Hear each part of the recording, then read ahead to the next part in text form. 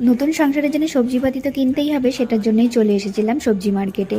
আর এখানে এমন অনেক সবজি আছে যেগুলো আমাদের বেঙ্গলে কিন্তু পাওয়া যায় না, এখানে এসেই প্রথম দেখেছিলাম। আবার অনেক সবজিই আছে যেগুলো আমাদের ওখানেও পাওয়া যায়।